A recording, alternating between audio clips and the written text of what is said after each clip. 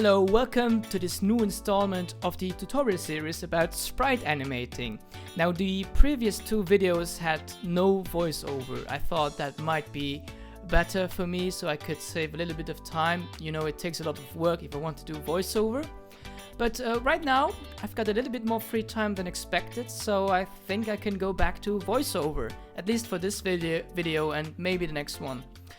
And it might be useful because what I'm about to explain in this video is a bit more complicated than what was before, because right now we're going to be tackling animation in itself. We're going to use the timeline to create our first animation. And just to set a goal, I will show you something that I will recreate during the video, and that should serve as a lesson on how to create an animated sprite. Okay, I'm just going to into a different file. This is a file for Sonic Ocho HD Remix. I'm just gonna select one symbol here, copy it, and paste it into the library. And I will drag it into the workspace. There we go. I will just change it into a Movieclip. I'll preview the movie. Oh, what is this? Oh, we've got Sonic. He's walking. Wow, so this is basics for sprite animating. And I will show you how to do this. Alright, let's go.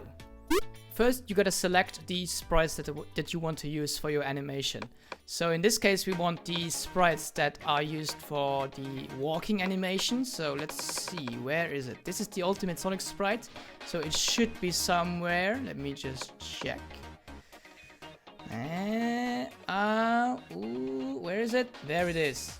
Let's zoom in. Alright, now I suppose you've seen the previous videos which explain how you can actually extract sprites and such. So this should be familiar to you. So I'm just selecting, crop out, takes a minute, and I'm exporting this. Let me just quickly do all of this. Takes a minute. My computer's a bit slow today. I don't know why. Let me just Sonic walking. There we go. Make sure you go back so you don't lose the ultimate sheet, the ultimate Sonic sheet. Go back. Alright, I'm just gonna import this. This may take a minute. Or not. So let me just see. There it is, Sonic walking. Import it. There we go. So these are all the sprites that are going to be used for the walking animation. Alright, so far so good.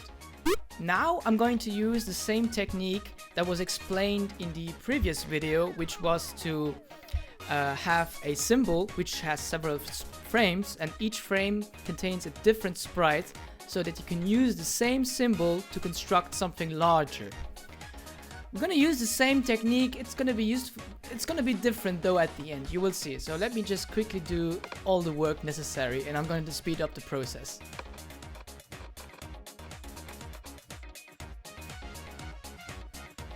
Just quickly, I will change it to graphic. I will again explain the difference between Movieclip and graphic in a minute.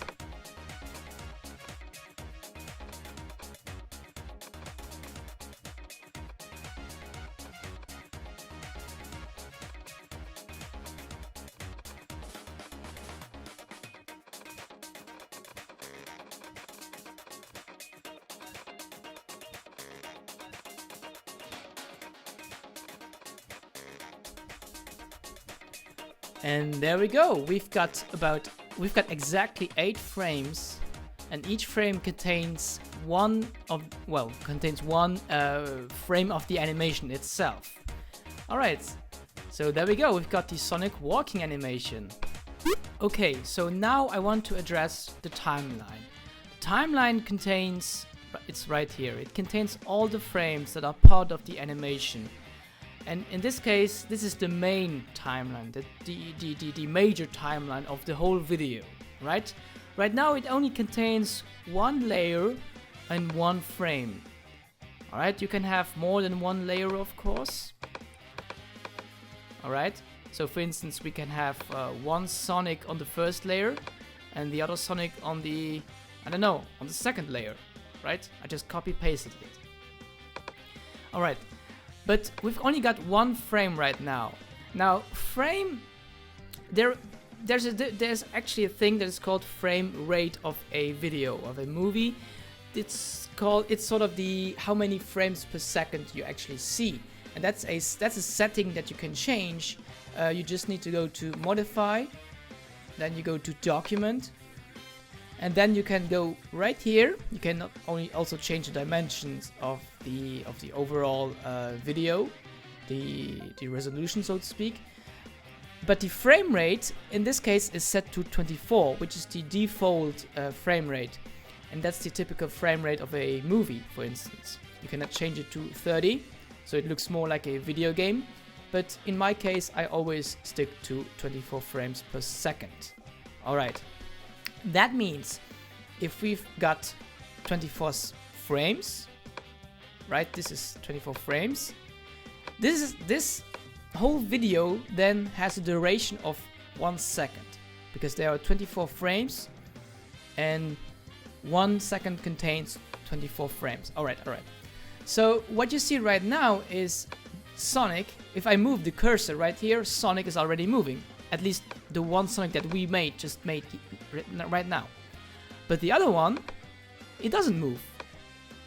Why is that? Well, that's because this one is a movie clip, but this one is a graphic. And I will take now a minute to explain the difference again. Let me quickly correct something. Those are 23 frames, not 24, so there we go. Also, I want to address this. I've got this Sonic on the second layer, right? And since the second layer is on top of the first one, the Sonic on that layer is on top of the other one, alright? So if I change the order of the layer, this changes the order of the sprites. Alright, that should be easy to understand. Alright, so now I will explain the difference between graphic and movie clip. The main difference, I think, is just the fact that both have different properties. Both have their advantages and disadvantages. And I will show you very quickly how both look in the actual Flash video. And for that I will preview the Flash video. I just need to hit Alt, Command and Enter. And there we go, we've got both Sonics running. Okay, don't mind the fact that the left one is quicker than the other one. Just consider the fact that both are animated. The graphic is animated and the movie clip is animated, alright? That's important to know because both symbols are animated, no matter what. At the end you will see both animated, alright? But if we are in the workspace, right here, if I move the cursor, you can only see the graphic Sonic is moving, the left one. This is a graphic, so only he is actually animated in the workspace, in the timeline. Alright? The other one is not moving, but he has frames of his own. As you can see, he does have all the frames of the actual animation, just like the graphic. Now here we have a different situation here. I will get to that. Actually, I will explain it now. So the thing is, with the graphic Sonic, we've got exactly 8 frames, 1 frame for each frame of the animation. But logically, since we have just 8 frames, that animation is going to be very fast, right? But, you know, he's not walking that fast, so we've got to put several in-between frames. Now, to do that, there are several ways. You just go to one frame, you say insert frame, there we go, we've got the first one.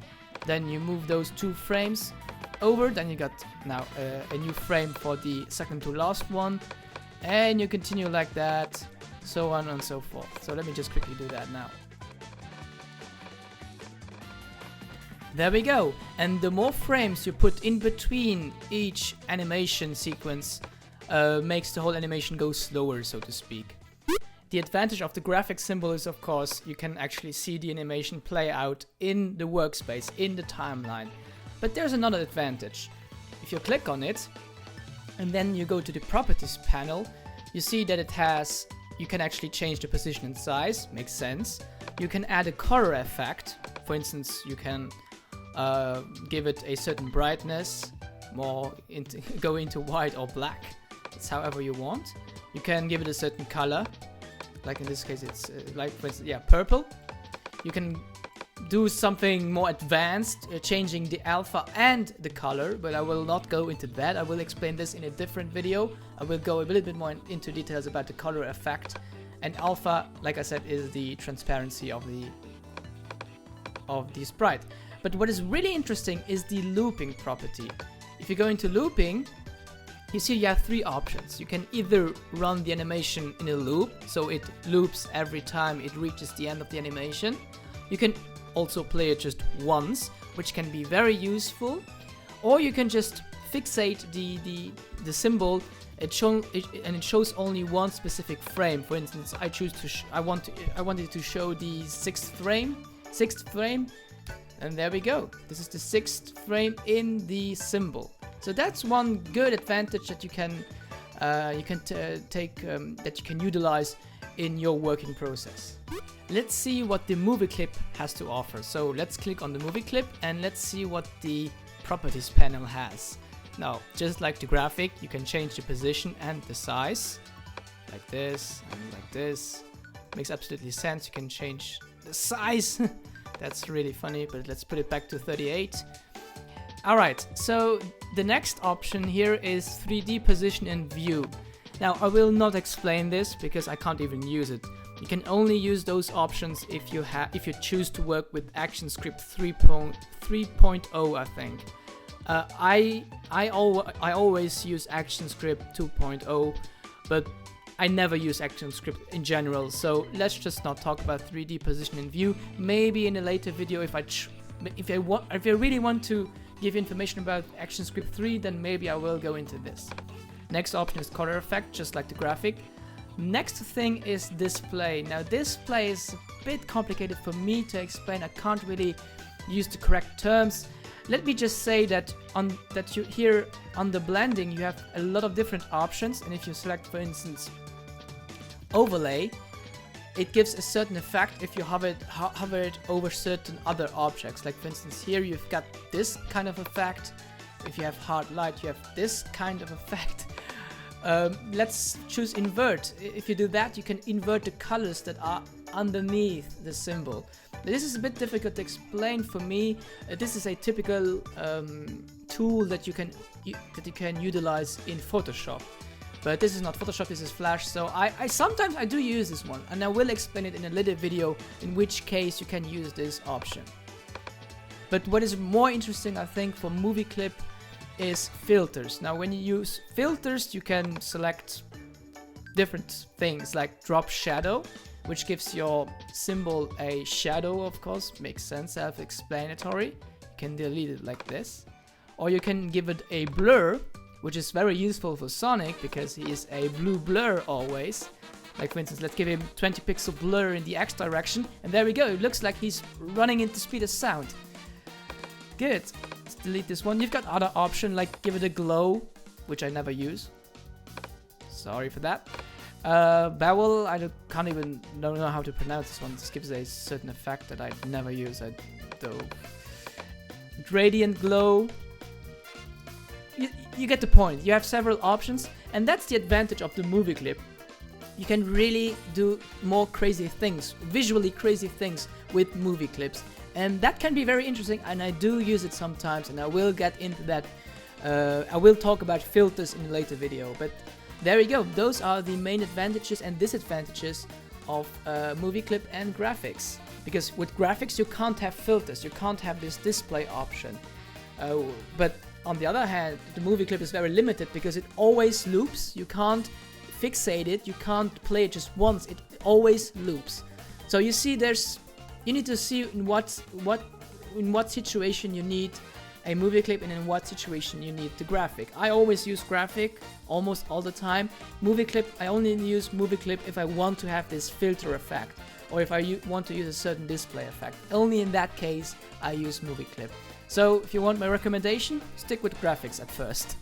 And that's pretty much it for the video. I hope I was able to explain how to create an animated sprite and explain the difference between a graphic and a Movieclip when you're trying to make an animation. And again, I'm going to need to preview the movie.